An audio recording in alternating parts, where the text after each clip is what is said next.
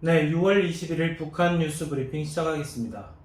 북한 노동당 중앙위원회 전원회의가 나흘간 일정을 마치고 18일 폐회했습니다. 한국 원자력 연구원이 북한의 해킹 공격을 받았다고 합니다. 네, 첫 번째 소식입니다. 북한 노동당 중앙위원회 전원회의가 18일 나흘간의 일정으로 마쳤는데요.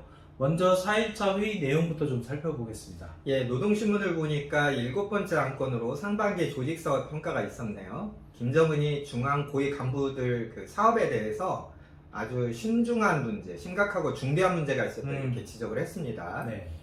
노동신문에는 이 신중한 문제가 구체적으로 뭔지까지는 소개하지 않았는데 네. 김정은의 워딩 말로는 간부들이 자신의 소임을 다하려는 태도가 없었다.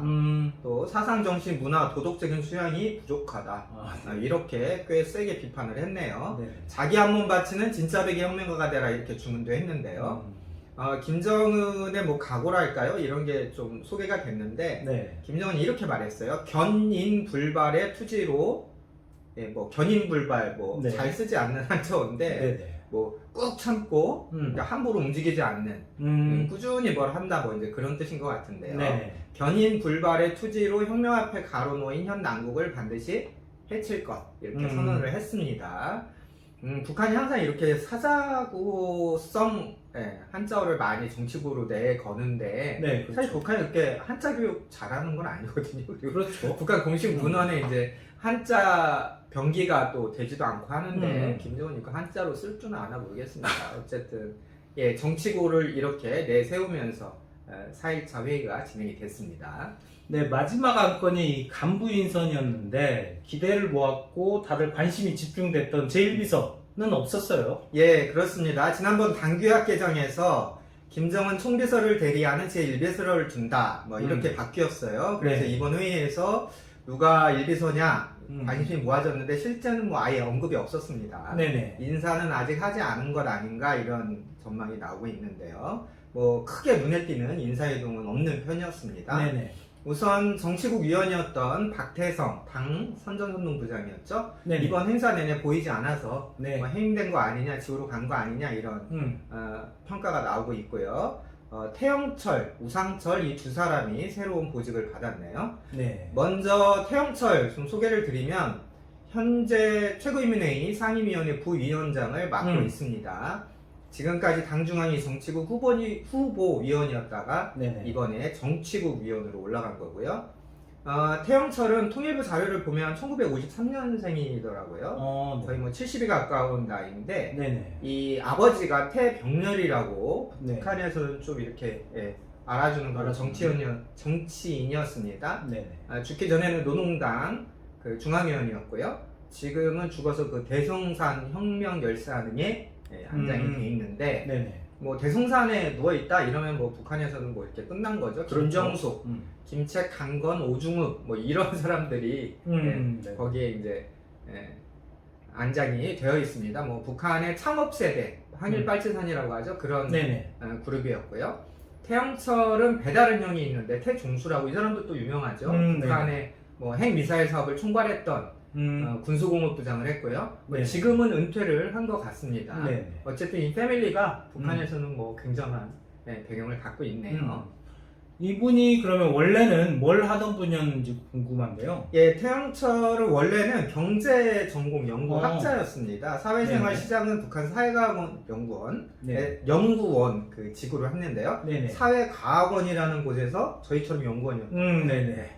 최고인민회의 대의원으로 중앙정치에 입문을 했고요. 나름 전문성을 인정받았는지 사회과학원에서 부원장, 또 김일성 종합대학 총장도 했고요. 네네. 북한의 고등교육상, 2016년에 당 중앙위원으로 선출이 됐고 네. 지금까지 이제 정치국 후보위원이었다가 네. 이번 전원회의에서 정치국 위원으로 승진을 하게 됐습니다. 네. 정치국 위원에 태영철 같은 인물이 들어갔다 이걸 좀 구체적으로 봐야 되는데요. 김정은이 아무래도 좀 이론적인 측면에서도 네네. 경제 문제를 살피겠다 이런 의도로 보입니다. 기존에 북한의 경제 정책이라는 게 중국에 많이 팔아서 네. 그리고 많이 벌어서 그 돈으로 핵무기 만들고 통치자금 조달하고 굉장히 이렇게 단순 거칠었는데요. 네네. 앞으로는 김정은이 거시경제를 좀 꼼꼼히 살피겠다 이런 의지로 해석이 됩니다. 통일부 자료를 찾아보면 그 태영철 경력이 젊었을 때는 사회과학원에서 세계경제 및 남남협조 연구소 실장을 맡은 적이 있어요. 남남협조요. 예, 예, 예. 네네. 이게 남남이라는 건 이제 지구를 이렇게 북반부, 남반부 이렇게 나눠서 네네. 북반부는 제국주의와 자본주의 뭐 이렇게 이제 네네. 북한이 해석을 하고 뭐 제3그룹이랄까요? 네네네. 비동맹 그룹이랄까요? 그래서 이제 남반부 그러니까 그러니까 이제 제국주의, 자본주의가 아닌 세계의 국가들 이런 상징적 의미로 네네. 그런 나라들끼리 좀 협조를 하는 음. 남남협조 뭐 이런 말을 북한이 한때 자주 썼습니다. 우리말로 말하면 뭐 개발도상국 네네. 정도 보면 될 건데요. 그래서 이렇게 제국주의를 반대하고 뭐 개발도상국끼리 네. 신흥국가들끼리 협상하자 이런 것들이 김일성 때 음. 대외 전략의 한 부분이었어요. 네네. 이제 그 당시에 그 태영철이 네. 북한식 거시경제, 국제무역 이런 쪽을 좀 연구를 했던 것 같습니다. 물론 나중에는 네. 종합적인 연구 분야나 뭐 교육행정 실무도 많이 있지만 어쨌든 이 연구교육은 사실은 또 그 정치국 위원 중에 최상권 네. 당 과학교육부장이 있기 때문에 네네. 만약에 이제 태영철을 교육행정 전문가라는 측면에서 보면은 이번에 뭐 정치국 위원으로 올리는 게 좀 두 사람이 겹치죠. 그렇죠. 네, 그런 의미로 봤을 때는 북한에서는 이 태영철을 김정은이 이 태영철을 거시경제, 국제무역 이론가라는 점을 좀 더 높이 산 거 아니냐 이런 추론이 가능한 것 같습니다. 네, 다음으로 정치국 후보위원 우상철에 대해서 알아보겠습니다. 이 전문가들한테도 좀 익숙한 이름은 아닌 것 같아요. 예, 중앙재판소 부소장을 하다가 올해 최고인민회의에서 중앙검찰소장으로 임명이 됐어요. 네. 그러니까 판사하다가 검사가 된 건데 우리말로 말하면 뭐 검찰총장, 윤석열 총장 뭐 이런 네네. 정도 급입니다. 중앙검찰소장을 하면서 이제 중앙당 정치 무대에 등장한 인물이 지금까지는 거의 없었는데 그러니까요. 김정일 이후에 아마 우상철이 처음이 아닌가 제 기억은 좀 그렇습니다. 확실치는 않지만 네. 네, 북한에도 검찰소가 있죠. 그래서 이렇게 검찰이 북한도 기소 독점주의라고 해서 네네. 검찰이 수사권과 기소권을 모두 갖고 있습니다. 네. 그런데 북한은 검찰도 당의 지도를 받는 네네. 지위이기 때문에 그렇죠. 사실 당 차원에서 더 힘이 센 수사기관들 예를 들면 국가보위성, 네. 뭐 사회안전성, 뭐 북한군 보위국 옛날 네네. 보위사령부였죠. 네. 이런 곳에서 뭔가 이제 수사를 해와서 네. 기소 좀 해라 이렇게 툭 던져주면 그에 따라서 그냥 검찰소가 중앙검찰소가 이제 받아가지고 재판을 거는 정도. 그러니까 형사소송법으로 보면 네. 이 북한도 검찰만 기소권을 갖고 있지만 정작 수사권을 가진 권력기관의 지시를 받아서 뭐 기소 대리한다. 좀 심지어는 그렇게 말할 수 있을 정도로 네네. 지위가 낮았습니다. 그러니까 북한 검찰이 네. 이거 뭐 좀 우리 정치랑도 좀 유사한 맥락이 있네요. 네. 북한 검찰이 국가보위성, 사회안정성, 그 보위국 뭐 이런 네. 권력기관 간부들의 비리를 수사하고 기소할 수 있느냐 못하게 그동안은 만들었죠. 그렇죠. 뭐 예를 들면 이런 겁니다. 윤석열 총장이 조국을 수사하려고 하니까 뭐 법무부에서 못하게 막는 뭐 그러면서 뭐 이게 무슨 검찰 독립이냐 뭐 검찰개혁이냐 이런 말이 나왔었잖아요. 네네. 그렇죠. 그래서 뭐 윤석열 총장이 국회에서 뭐 또 내가 뭐 인사권이 있으니까 뭐가 있습니까 뭐 이런 불평도 좀 하고 있는데 북한의 검찰도 이런 의미로 보면 정말 그 권력이 있으나마나 그런 대상으로 좀 평가를 됐어요. 네. 그래서 예를 들면 북한 주민들이 한국 드라마 보다가 체포됐다. 네. 그럼 이제 누구한테 뇌물을 쓰냐. 그러니까 먼저 이제 국가보위성이나 사회안전성 간부들을 찾게 되고 성인맥이 없으면 네. 그때 이제 검찰소 검사 찾아가서 네네. 돈 주면서 네. 혹시 국가보위성에 혹시 사회안전성에 아는 분 없으니까 뭐 네. 이런 경우가 많았다고 그래요. 그래서 사실은 북한의 이제 기소권이라는 게 실제 형사소송 프로세스에서는 유명무실했는데 네. 이번에 우상철이 중앙당 정치에 등장한 것 그런 의미에서 매우 큰 시사점이 있다 이렇게 볼 수 있습니다. 네, 일단 이 우상철의 지위가 당 중앙위 정치국 후보위원이에요. 예, 아직은 후보위원입니다. 네네. 노동당에서 이제 당 중앙위원회가 제일 높다 제가 말씀을 네네, 드렸고 그렇죠. 당 중앙위원회에서도 정치국, 네. 정치국에서는 후보위원, 정치국위원, 상무위원 이렇게 세 개 네네. 등급으로 체계가 돼 있다 제가 말씀드렸는데 우상철은 아직은 정치국 후보위원입니다. 네네. 그렇지만 정치국에 합류했다는 것 자체를 좀 중요하게 봐야 될 것 같은데요. 음. 이번 회의 전에 그러니까 지난 2월에 열렸던 당중앙위 전원회의에서는 김정은이 이런 말을 했어요. 네. 노동신문의 공식 기록으로 남게 됐는데 네. 검찰기관을 비롯한 법기관들의 역할을 높여 경제활동에서 나타나는 온갖 위법 행위들과 법적 투쟁을 강력하게 전개해 나가는데 모든 부문, 모든 단위들이 여기에 절대 복종해라. 네. 네. 법기관에 이제는 단기관들 다 복종해라 이제 이런 지시를 내렸어요. 네. 그 행사에 김정은이 이 말을 하고 우상철이 네. 이제 토론으로 나와서 뭐라고 말을 했냐면 특수 울타리를 쳐놓고 법의 통제 밖에서 사회주의 경제관리 질서를 난폭하게 위반하는 단위들에 대한 법적 감시를 공격적으로 연속적으로 두세게 진행할 것 이런 다짐을 했고요.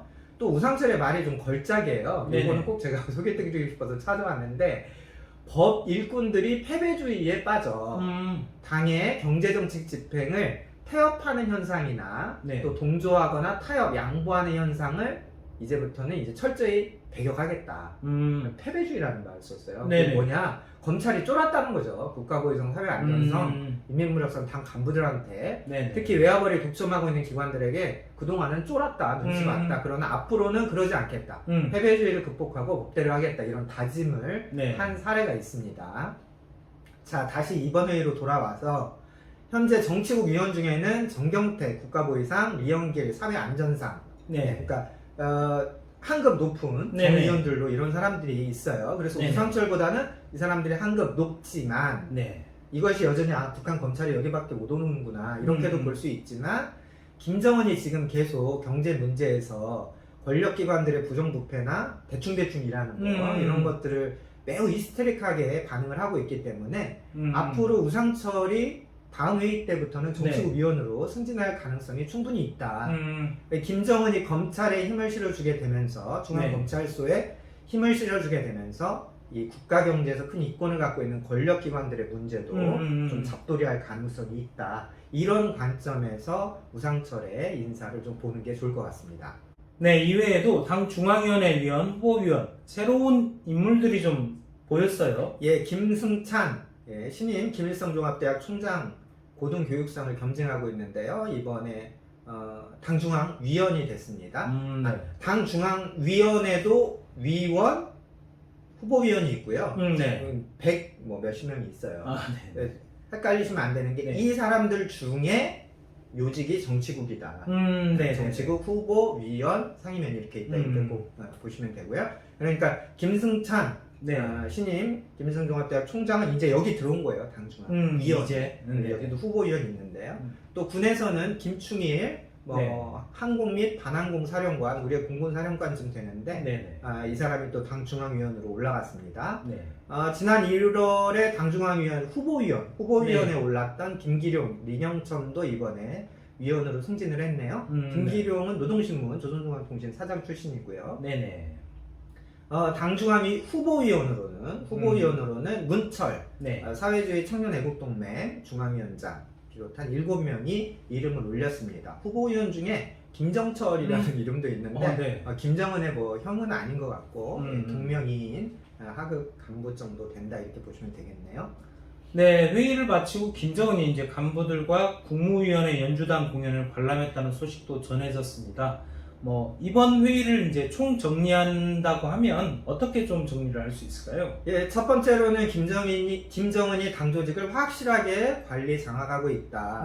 물론 이번 회의를 보면서 야 별거 없네 이렇게 보시는 분들도 계세요. 네네네. 그런데 때로는 따박따박 할 일 하는 것이 더 무서울 때가 있습니다. 그렇죠. 예, 이벤트성으로 회의하는 게 아니라 비판도 하고 토론도 하고 대안도 제시하고 국가 경제 관련해서는 수치로 네. 각자의 목표를 또 간부들에게 다 요구를 했어요. 네네. 당 시스템이 가동이 되고 있구나, 노동당이 안정적이구나 이런 것들을 엿볼 수 있었고요. 두 번째로는 이미 군이 당 밑으로 확실히 들어갔구나 이게 또 한 번 확인이 됐습니다.